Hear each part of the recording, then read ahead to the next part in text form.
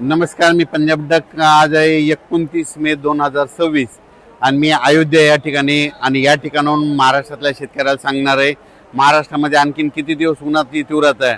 तर महाराष्ट्रातल्या सर्व शेतकऱ्याला सांगू इच्छितो की आणखीन 2 दिवस म्हणजे 29 आणि 30 तारखेपर्यंत चांगलं 42 अंशापर्यंत उन्हाळा राहणार आहे म्हणून अंदाज लक्षात येतो। पण त्यानंतर महाराष्ट्रातल्या शेतकऱ्याला सांगू इच्छितो की महाराष्ट्रामध्ये मात्र 31 मे पासून ते 5 जूनच्या दरम्यान दररोज वेगवेगळ्या भागात पूर्व विदर्भ, पश्चिम विदर्भ, दक्षिण महाराष्ट्र, उत्तर महाराष्ट्र, कोकणपट्टी, खानदेश सगळीकडे विखुरलेल्या स्वरूपाचा पाऊस सुरू होणार आहे म्हणून अंदाज लक्षात यायचा। काही काही ठिकाणी जोराचा पाऊस पडणार आहे, त्या पावसामध्ये गारपिटीचं देखील प्रमाण असणार आहे म्हणून हे देखील अंदाज लक्षात येतात। आणि महाराष्ट्रातल्या सर्व शेतकऱ्याला सांगू इच्छितो की एक सर्वप्रथम आनंदाची बातमी, महाराष्ट्रामध्ये 7 जून पासून ते 12-13 जून पर्यंत महाराष्ट्रामध्ये चांगला मान्सूनचा पाऊस येणार आहे म्हणून अंदाज लक्षात यायचा। पण पहिली वेळ अशी आहे की या मान्सूनच्या पावसामध्ये वाऱ्याचं प्रमाण जास्त आहे, या मान्सूनच्या पावसामध्ये गारपीट होत नसते, पण या मान्सूनच्या पावसामध्ये मोसमी पावसामध्ये गारपीट देखील होणार आहे म्हणून हे देखील अंदाज महाराष्ट्रातल्या शेतकऱ्यांनी लक्षात यायचा। म्हणजे सांगायचं झालं तर 7 तारखेपासून तर 13-14 जून पर्यंत महाराष्ट्रामध्ये दररोज वेगवेगळ्या भागात मान्सून सक्रिय होणार आहे आणि महाराष्ट्रातल्या सर्व शेतकऱ्याची पेरणी होणार आहे म्हणून हे अंदाज देखील लक्षात यायचा। पण या मोसमी पावसामध्ये सगळ्यात महत्त्वाचं एक आहे की या मोसमी पावसामध्ये की या गारपीट कधी नसते, पण या मोसमी पावसामध्ये गारपीट पाहायला भेटणार आहे म्हणून हा अंदाज देखील सर्व शेतकऱ्यांनी लक्षात येतात। आज मी या अयोध्या या ठिकाणी देखील पहाटे पाऊस झाला आणि महाराष्ट्राकडे मात्र 31 मे पासून ते 5 जूनच्या महाराष्ट्रामध्ये दररोज वेगवेगळ्या भागात विखुरलेल्या स्वरूपाचा पाऊस पडणार आहे म्हणून शेतकऱ्यांना शेतीचे मशागतीचे कामे करण्यासाठी चांगलं योग्य ठरणार आहे म्हणून हे देखील लक्षात यायचं। आता महाराष्ट्रामध्ये जे पाऊस येणार आहे ह्यामध्ये 31 मे ते 5 जूनच्या दरम्यान याच्यामध्ये मात्र वादळ खूप राहणार आहे, विजेचे प्रमाण जास्त राहणार आहे, काही ठिकाणी गारपीट देखील होणार आहे म्हणून हा अंदाज लक्षात यायचा।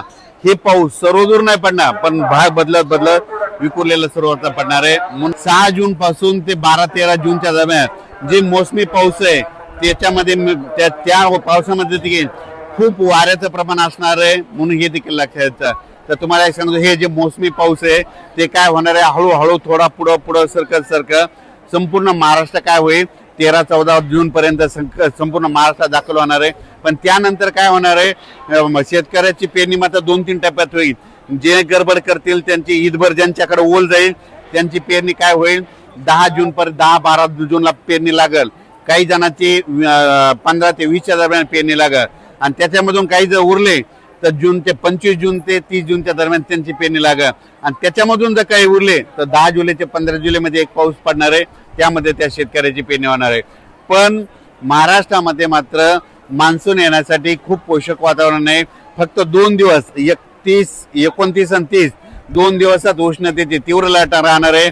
31 मे पासून राज्यातलं वातावरणात बदल होईल। 1 जून पासून काय होणार आहे, उन्हाचा पारा जवळपास 2.5 अंशापासून तर 33-34 अंशापर्यंत वेगवेगळ्या भागात जाणार आहे म्हणून हा अंदाज देखील महाराष्ट्रातल्या शेतकऱ्यांना लक्षात यायचा।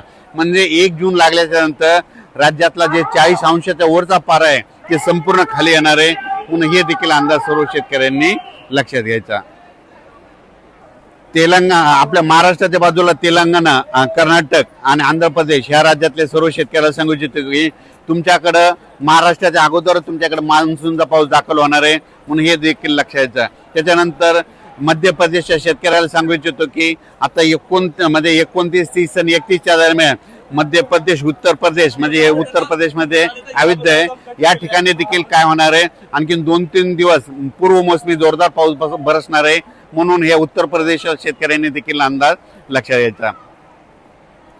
महाराष्ट्रातल्या एक सर्व शेतकऱ्याला सांगू इच्छितो की महाराष्ट्रामध्ये जे मोसमी पाऊस येणार आहे त्या मोसमी पावसामध्ये गारपीट कधीच नसते, पण काय झालं हे वाढतं तापमान, ग्लोबल वॉर्मिंग, पृथ्वीचं तापमान वाढल्यामुळं या मोसमी पावसात देखील महाराष्ट्रातल्या शेतकऱ्याला मात्र गारपीट पाहायला भेटणार आहे म्हणून हा अंदाज लक्षात यायचा।